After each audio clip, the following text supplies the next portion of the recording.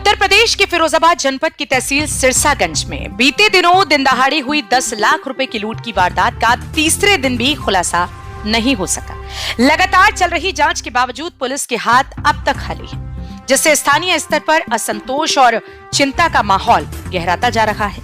वारदात जिस तरीके से अंजाम दी गई, उससे शुरुआती तौर पर यह संकेत मिला था कि आरोपियों तक पहुंचना ज्यादा मुश्किल नहीं होगा, लेकिन समय बीतने के साथ यह आंकलन गलत साबित होता दिख रहा है। पुलिस की कई टीमें सक्रिय होने के बावजूद अब तक कोई ठोस कड़ी सामने नहीं आई। जांच के क्रम में सिरसागंज थाना पुलिस करीब 150 से अधिक सीसीटीवी कैमरों की फुटेज खंगाल चुकी है। शहर के प्रमुख चौराहों, बाजारों और संपर्क मार्गों पर लगे कैमरों की बारीकी से जांच की गई, लेकिन किसी भी फुटेज में ऐसा सुराग नहीं मिला जो सीधे आरोपियों तक पहुंचा सके। पुलिस ने अब जांच का दायरा बढ़ाते हुए ग्रामीण क्षेत्रों में लगे कैमरों की भी पड़ताल शुरू कर दी है, ताकि घटना से जुड़ी किसी भी संभावित गतिविधि को ट्रेस किया जा सके। चौड़ी के लिए वहाँ डेयरी के पास तो अचानक से 3 लोग आए पीछे से, एक उसमें महिला शामिल थी और 2 व्यक्ति थे।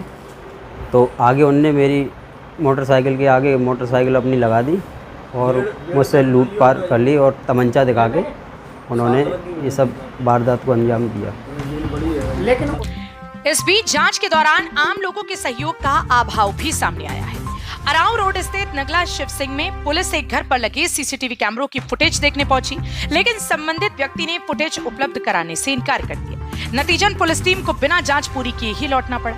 ये स्थिति इस बात को भी रेखांकित करती है कि अपराध की जांच में जनसहयोग की भूमिका कितनी अहम होती है। घटना के बाद एएसपी ग्रामीण अनुज चौधरी ने मौके का निरीक्षण कर जांच के निर्देश दिए थे। पुलिस का कहना है कि मामले की गंभीरता को देखते हुए अलग अलग टीमें गठित की गई हैं और कुछ संदिग्धों से पूछताछ भी जारी है। अधिकारियों का दावा है कि जांच सही दिशा में आगे बढ़ रही है और जल्द ही मामले का खुलासा किया जाएगा।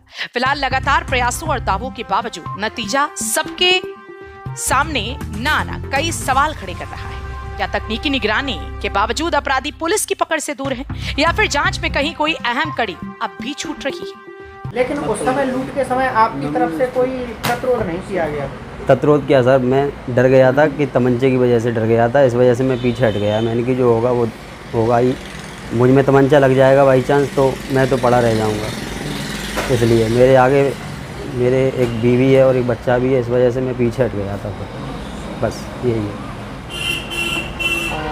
अधिकांश लूटों में कर्मचारी ही शामिल होता है? नहीं, ऐसा कुछ नहीं है सर। अगर लूट में अगर मैं शामिल हूँ तो मुझे दंड मिलना चाहिए, ऐसा अगर वो आगे आ जाए तो। ऐसा कुछ नहीं है। कहने को लोग कुछ भी कह सकते हैं, तमाम लोग हैं, तमाम तरह की बातें होती हैं, कुछ भी कह सकते हैं, ऐसा कुछ नहीं है।